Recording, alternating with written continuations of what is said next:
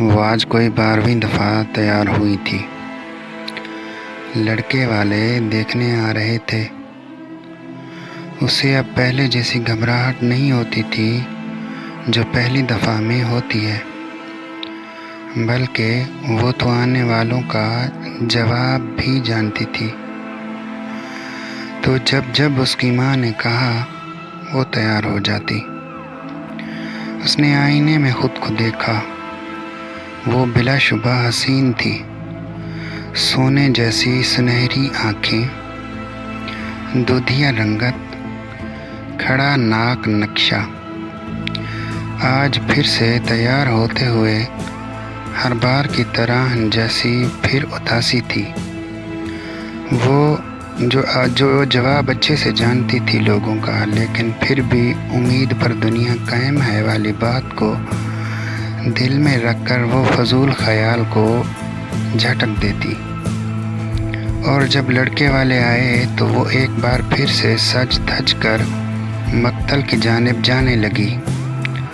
نفاست سے سر پر دوپٹہ لیے وہ باہر آئی اور عین صائم کے سامنے والے صوفے پر بیٹھ گئی۔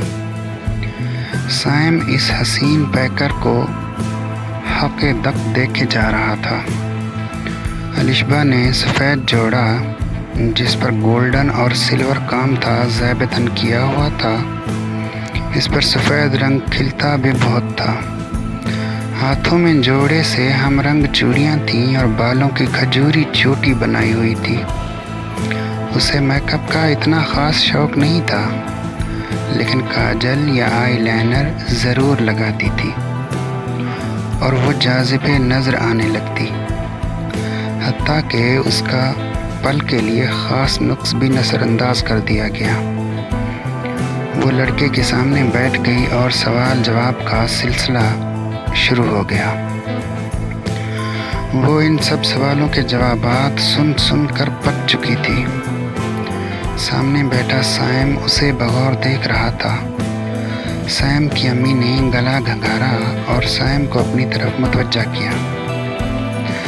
الشبہ کے چہرے پر گھبراہٹ کے آثار نمودار تھے، نہ ہی کوئی پریشانی، جو کہ ان سب سے پہلے ہی گزر چکی تھی، اس لیے خود کو نارمل ہی رکھا۔ البتہ دل دھڑک ضرور رہا تھا۔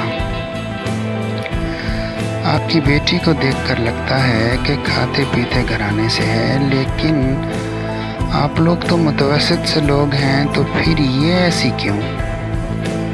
یہ لڑکے کی ماں تھی جس نے سوال کیا تھا، اور الشبہ سر جھکائے بیٹھی تھی، لیکن اس سوال پر وہ ہمیشہ سوچتی کہ آخر کب تک یہ سب؟ وہ کتنی بھی ممکنہ کوشش کرتی کہ کم کھائے، ڈائٹ کرے، لیکن کچھ اثر نہیں ہوتا تھا۔ صائم حواس باختہ اسے ہی دیکھے جا رہا تھا۔ جی بس آج کل تو بچے باہر کا کھاتے ہیں نا، تو بس تھوڑا سا ہی، اور منع کرو تو پھر ناراض ہو جاتے ہیں نا، الشبہ کی امی نے ہچکچاتے ہوئے جواب دیا۔ اچھا لڑکی ہے تو اچھی، لیکن اب چونکہ ہمارے بیٹے سے میل نہیں کھاتی تو پر ہمیں اس رشتے میں مسئلہ نہیں اگر آپ، صائم کی امی نے اشارتاً جو بات کہی وہی بات الشبہ اور اس کی امی ہر دفعہ سنتے آئے تھے، وہی جہیز کی ڈیمانڈ اور ان کی حیثیت سے زیادہ، اور یہی وہ بات تھی جس کی وجہ سے الشبہ کا رشتہ کبھی نہیں ہوا۔ لوگ آتے، اسے دیکھتے اور بس منہ مانگا جہیز کی بات کرتے۔ پر امی الشبہ تو بہت اچھی ہے، صائم نے دھیمی آواز میں کہا، تو الشبہ نے جھکی پلکیں اٹھائیں اور ایک نظر دیکھ کر پھر سے جھکا دی۔ صائم کی امی نے گھوری دی اور وہ چپ کر کے بیٹھ گیا۔ تو بہن اب آپ بتائیں یا ہمیں اجازت دیں؟ الشبہ کی امی ہاتھ ملتی ہوئی انہیں دیکھنے لگی کہ کیا جواب دیں۔ جی بہن، جو آپ کو مناسب لگے۔ تو ٹھیک ہے، ہم 2 دن بعد رابطہ کریں گے، تب تک آپ بھی سوچ لیجئے گا۔ چلیں اب ہم چلتے ہیں، اپنا خیال رکھیے گا۔ سائم اور اس کی امی اٹھے اور اچھے انداز میں گلے مل کر الشبہ کو بھی پیار کیا اور الوداعی کلمات ادا کر کے چلے گئے۔ کلثوم باجی، لگتا ہے بات بن جائے گی، زبیدہ نے پان چباتے ہوئے کہا۔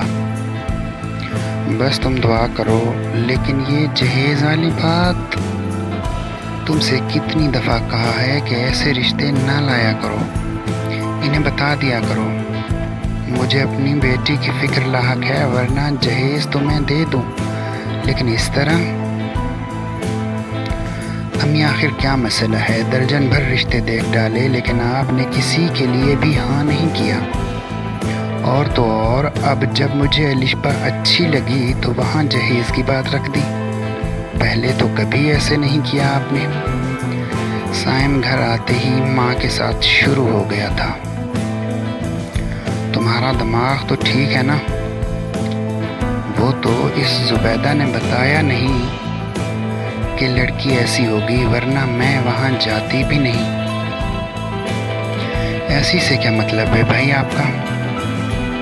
شادی مجھے کرنی ہے، لڑکی مجھے پسند آنی چاہیے، اور اب جب آ گئی ہے تو آپ نے آنٹی کو الجھن میں ڈال دیا۔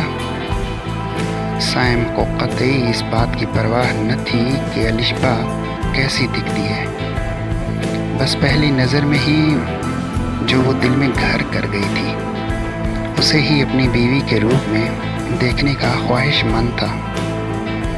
سائم اور اس کی ماں انیزہ کی اب روز ہی بحث ہونے لگی تھی۔ آج 1 مہینے بعد الشبہ کا نکاح سائم سے ہو رہا تھا۔ الشبہ بے تحاشا خوش تھی، کیوں نہ ہوتی؟ صرف اس نقص پر کہ وہ فوربی مائل تھی، جس پر جو بھی رشتہ آتا بے تحاشا جہیز کی ڈیمانڈ ہوتی، اور پھر رشتے کی بات آگے نہیں بڑھ پاتی۔ پر چونکہ سائم کو الشبہ پسند آ گئی تھی تو گھر جا کر اس نے اپنی امی سے بہت منت سماجت کی، اور مثال کے لیے اپنی چھوٹی بہن کو آگے کر دیا کہ اگر اس کے ساتھ ایسا ہوتا تو۔ بہت سمجھانے کے بعد یہی طے پایا کہ جتنا ہو سکے وہ جہیز دیں، ہنسی خوشی دیں، اور بس نکاح اور ولیمہ ہو، کوئی اور رسمیں کر کے پیسے برباد کرنے سے اچھا ہے سادگی سے سب کچھ طے پائے، جس پر آج الشبہ کے چہرے پر ہنسی سی خوشی اور تسکین دیکھ رہی تھی۔